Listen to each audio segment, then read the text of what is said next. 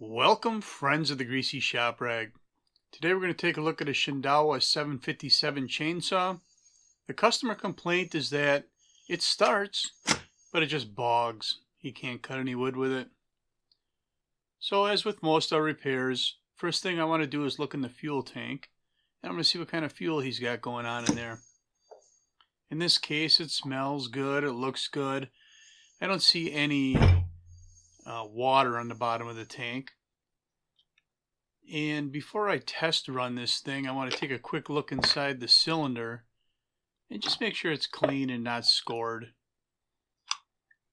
This chainsaw looks like it's built pretty decent. I mean, look at the size of that air filter that was on there. It's pretty nice. Looks like the customer also takes good care of this saw.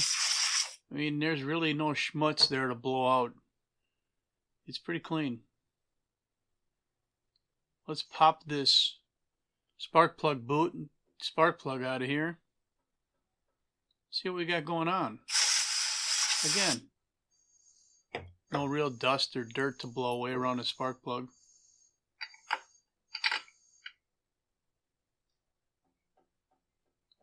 Plug seemed like it was in there all right. Maybe a little loose. But the plug's in good shape. Maybe he made an attempt to fix the problem by replacing the spark plug. And inside the cylinder we find that it's clean and shiny. That plug's going right back in there.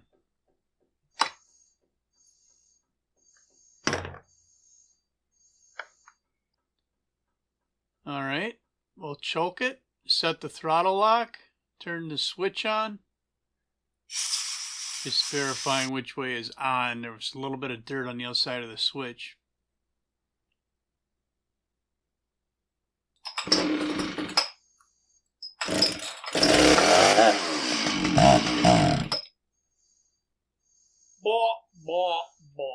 Yeah. Bog. Stripes! Sometimes that can get messy. Alright, we're dumping the fuel out. And I really should have emptied the funnel and examined his fuel that came out of there. But when I looked in with the flashlight, I didn't see any water in the bottom. Here we have a real good looking fuel filter. I want to say that he probably went through all the basics when it went run right. Now I'm pressure testing the fuel line. I'm putting 10 pounds of pressure on that line. And because it's holding, I know the rubber fuel hose is good and that the carburetor is tight. No leaks in it. The needle's not letting fuel bleed past. There's no problems with the gaskets.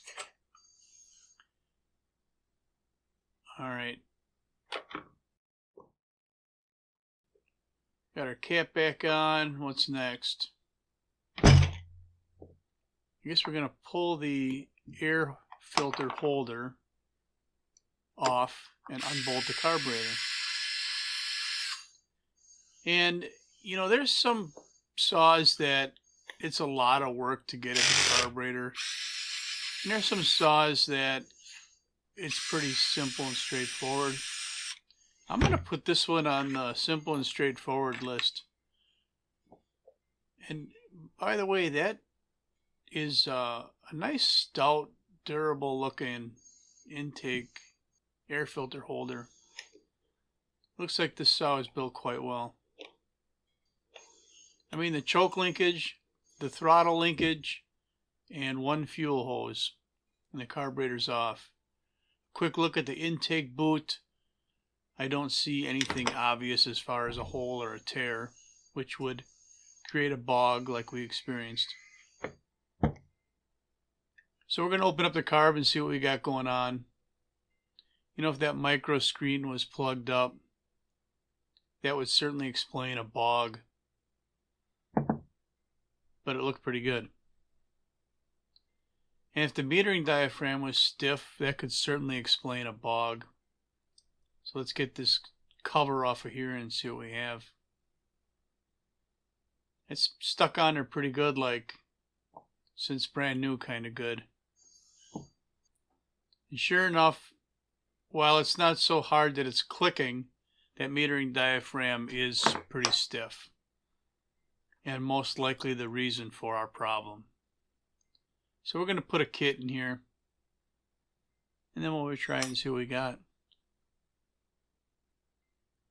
So out comes our old micro screen. Really nothing wrong with it. I mean, we could have left it in there.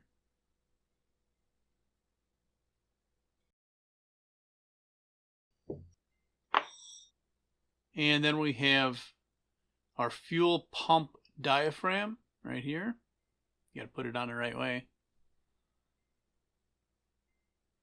And our gasket. And our pump cover plate.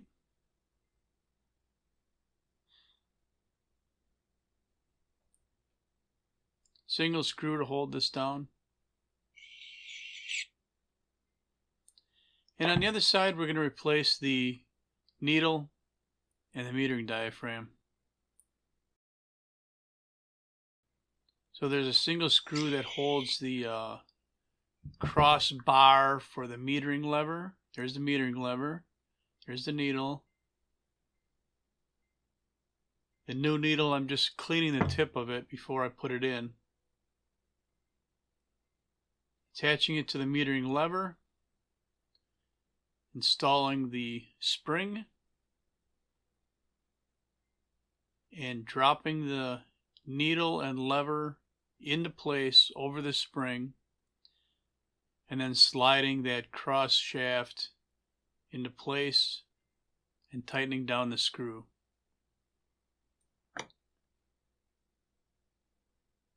And then we want to look at the metering lever height. In this case, the top of that needle would have been, or the top of the metering lever would have been flush with the sides of the carburetor. I didn't actually show you this in the video.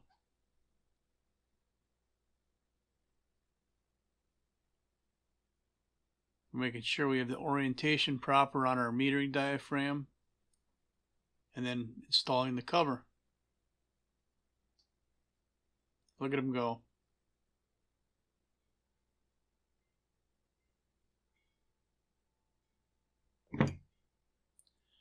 Alright, because I want to make some carburetor adjustments on here, I'm going to remove the, what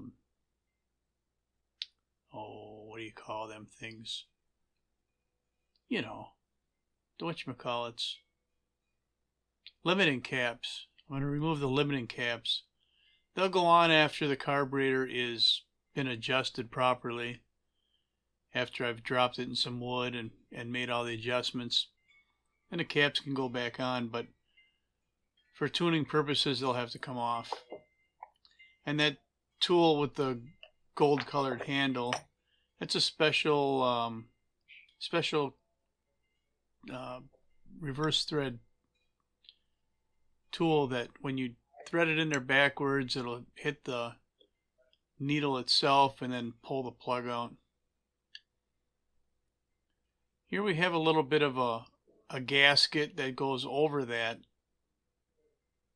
area of the carburetor where the needles are. I've attached the choke lever and the throttle lever already, and now I'm putting the fuel hose on. Little function check there, everything seems to be working right. We'll get this carb seated where it belongs, and then we'll install our air filter adapter.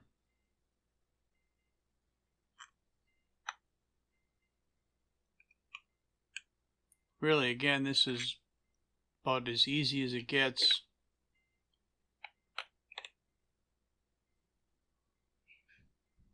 And it is an old school saw.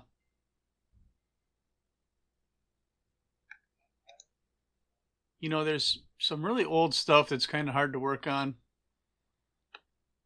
And then there's a few decades of stuff that is like this.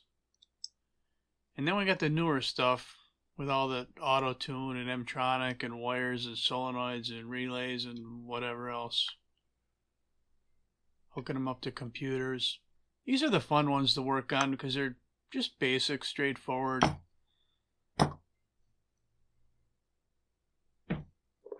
Alright, it looks like we have everything bolted back together. We're going to put some fuel in here and see if it'll run. And if it does, then that's all I'm going to have for you on the Shindaiwa 757 chainsaw that just went bog, bog, bog. Thanks for watching. Later.